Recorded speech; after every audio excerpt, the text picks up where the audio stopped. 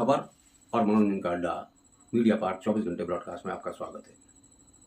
आज हम एक बार पुनः आपके सामने उपस्थित हुए हैं और जो पूरे चुनाव प्रक्रिया के जो अंतिम रिजल्ट आता है, उसके बाद इस महापर्व में जो अंतिम दौर होता है वो सरकार के गठन का होता है।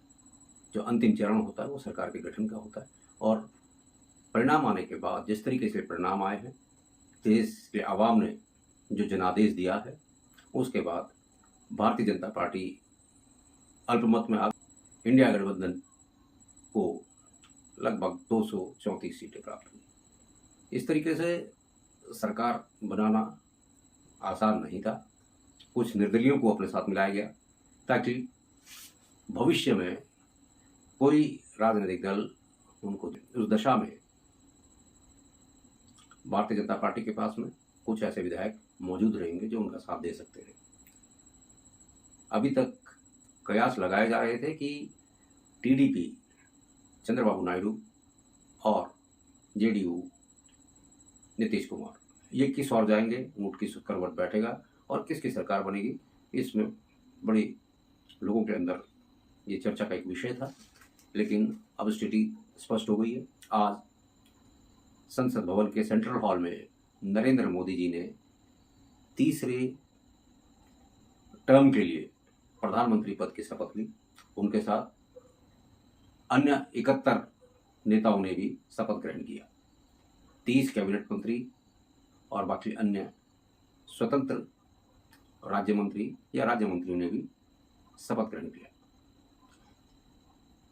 कई नामी गिरामी मेहमानों के बीच देश विदेश के आस पड़ोस के देशों के प्रधानमंत्री राष्ट्र आंखों से देखा कि किस तरीके से भारत की सरकार का गठन हुआ, भारतीय सरकार के मंत्रियों का चयन हुआ और हर राज्य को मोदी सरकार 3.0 में जगह मिली।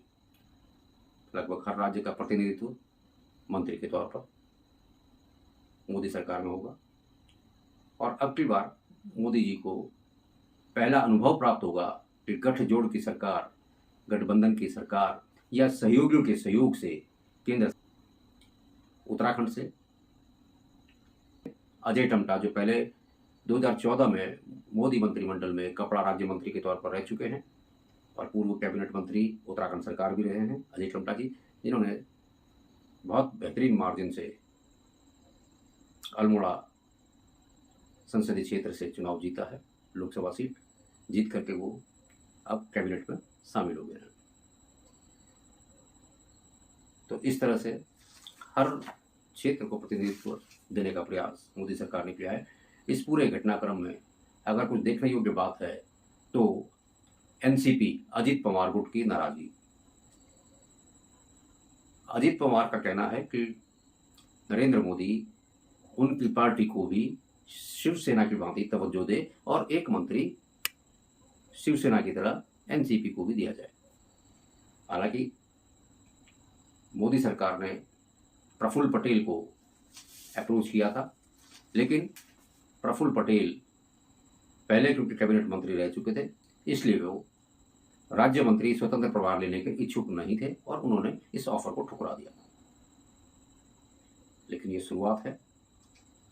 इस तरह की नाराजगी गठजोड़ की सरकार में कई बार देखने को मिलेगी और जिस तरीके से फ्री हैंड नरेंद्र मोदी जी ने 2014 और 2019 में सरकार चलाई, अब ऐसा मुमकिन नहीं हो पाएगा क्योंकि सभी सहयोगी दलों के डिमांड्स, सभी सहयोगी दलों के, हालांकि भविष्यवक्ता ये कहते हैं कि ये सरकार ज़्यादा दिन नहीं चल पाएगी और फिर से कुछ फेरबदल होने की संभावना, ऐसे भविष्यवक्ताओं का कहना है, जैसे ज्योतिषाचार्यों का कहना है। जो ग्रह चाल और जो स्थिति बन रही है उसके हिसाब से सरकार का बदलना तय माना जा रहा है। बहरहाल इसका सिर्फ अंदेशा ही है और लोग अपने अपने अंदाज लगा रहे हैं, लेकिन हमारी तरफ से, हमारे चैनल की तरफ से नरेंद्र मोदी को हार्दिक शुभकामनाएं, बधाई और पूरी टीम को जो मोदी जी के मंत्रिमंडल में सम्मिलित हुए हैं, सभी कैबिनेट मंत्री, सभी राज्य मंत्री और सभी राज्य मंत्री स्वतंत्र प्रभार उनके साथ साथ जितने भी देश भर से चुन करके आए सांसद, चाहे वो भारतीय जनता पार्टी के हों, चाहे जेडीयू के हों, चाहे शिवसेना के हों, चाहे एनसीपी से हों, चाहे कांग्रेस पार्टी के हों, चाहे किसी भी अन्य दल के हों, आगे हम इंतज़ार करते हैं कि इस तरीके से मोदी सरकार 3.0 चलेगी। कल 10 तारीख को होने वाले शपथ ग्रहण समारोह, जो बाकी अन्य सांसदों के लिए शपथ ग्रहण होना था, वो अब 10 तारीख की बजाय 12 तारीख का डेट उसमें पोस्टपोन कर दिया गया। तो 12 शपथ ग्रहण करेंगे माननीय राष्ट्रपति महोदय द्रौपदी मुर्मू ने आज अन्य 71 मंत्रियों को शपथ दिलवाया। मोदी 3.0 में किस तरीके से कार्य होगा, क्या होगा और क्या इस सरकार का भविष्य होगा, इसका अनुभव स्वयं नरेंद्र मोदी को और भारतीय जनता पार्टी को पहली बार होने जा रहा है, क्योंकि पहले भी भाजपा की सरकार टीडीपी और जेडीयू द्वारा गिराया जा चुका है।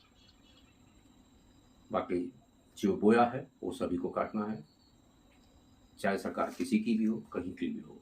लेकिन आम जन के भावनाओं पर अगर खरा नहीं उतरेंगी तो किसी की भी सरकार को जनता फिर से उखाड़ फेंकेगी। और जो दम्भ भरा पिछला 10 साल गया है, उसमें थोड़ी सी कमी अब आने की संभावना है। जिस तरीके से नरेंद्र मोदी और अमित शाह मनमाने फैसले लेकर के कार्य कर रहे थे, अब उस पर लगाम लग चुका है।